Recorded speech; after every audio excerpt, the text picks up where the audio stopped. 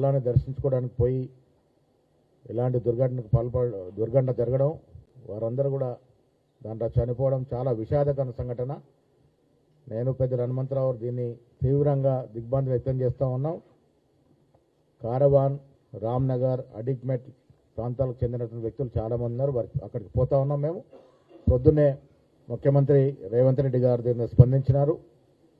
తగు రీతిన సాయం అందే విధంగా హెల్ప్ లైన్ ఏర్పాటు చేసినారు. కేంద్ర ప్రభుత్వం మాట్లాడుతూ ఉన్నారు. ఇక్కడ సంబంధిత ఇన్ఛార్జ్ మంత్రి పొన్నం ప్రభాకర్ గారు, అదేవిధంగా మైనార్టీ మంత్రి అజరుద్దీన్ గారు ఆల్రెడీ రంగంలోకి దిగినారు. వాళ్ళు సహాయ సహకారం పర్యవేక్షిస్తూ ఉన్నారు. చాలా విషాదకరమైన సంఘటన. కాంగ్రెస్ పార్టీ దిగ్భ్రాంతి వ్యక్తం చేస్తూ ఉంది. ఆ కుటుంబాలకి దేవుడు అన్ని రకాలుగా ఆదుకోవాల్సిందిగా ప్రార్థిస్తూ ఈ సంఘటన పట్ల విచారం వ్యక్తం చేస్తూ ఉన్నాం. కాంగ్రెస్ పార్టీ ప్రజాస్వామిక స్వేచ్ఛ కలిగిన పార్టీ. ఒక ఏఐసిసి కార్యదర్శి సంపత్ గారు లేవరెత్తిన ప్రశ్నలు డెఫినెట్గా పరిశీలిస్తాము. ప్రతి పార్టీలో ఇలాంటి మొక్కలు ఉంటే ఉండొచ్చు. మా దగ్గర కూడా అలాంటి ఏమైనా మా నోటీస్కి వస్తే డెఫినెట్గా దాని మీద విచారిస్తాం. అంటే డెఫినెట్గా దృష్టికి వచ్చినప్పుడు డెఫినెట్గా ఆలోచిస్తాం. సంపత్ గారు అన్న పేర్లు ఇస్తే వాటిపై కూడా ఆలోచిస్తాం.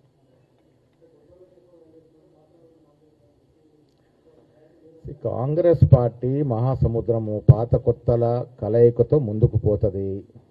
పాత వారికి ఉండాల్సిన ప్రాముఖ్యత ఎప్పుడూ ఉంటుంది. పాత వారికి ఆ ప్రాముఖ్యత ఇస్తూనే కొత్త వారికి కొంత అవకాశం ఇస్తాం.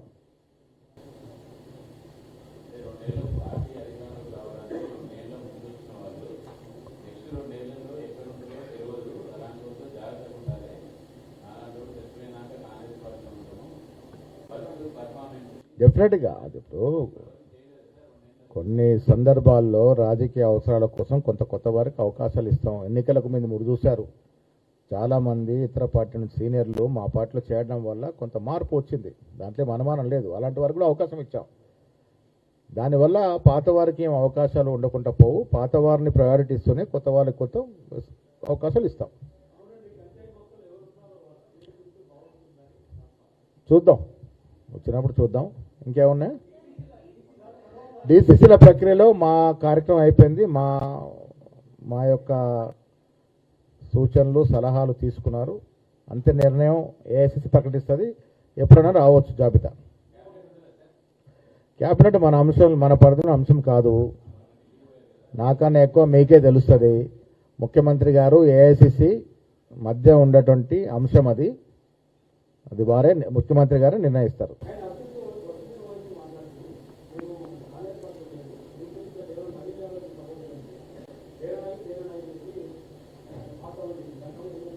ఆయన ఏం చెప్పినా హ్యాండ్ సింబల్కి అయితే సపోర్ట్ చేశారు కదా.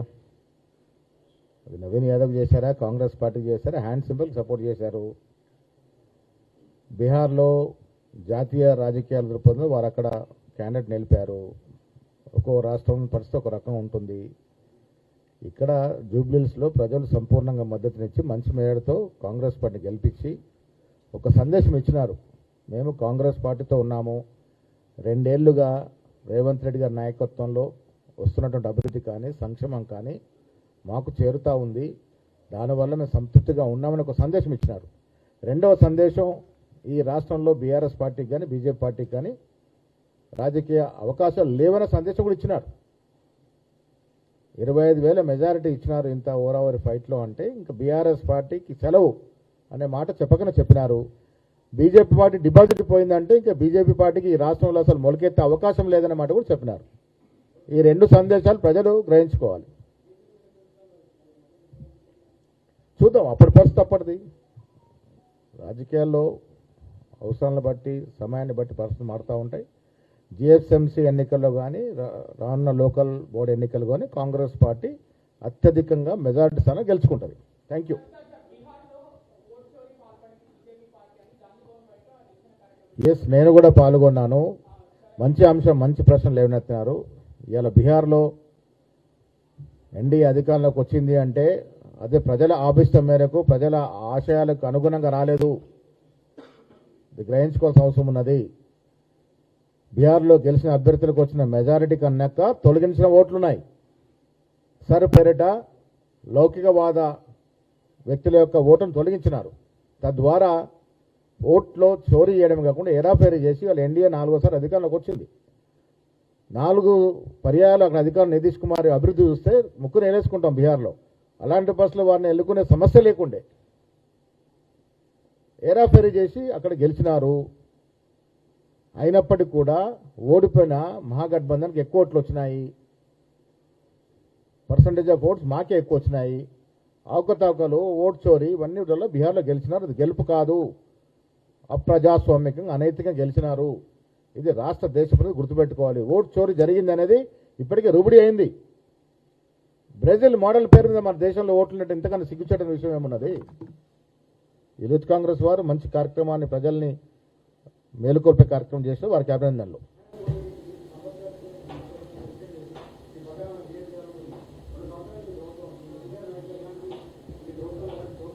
డెఫినెట్గా భవిష్యత్తులో హనుమంతరావు గారికి మంచి అవకాశం వస్తుంది. Thank you.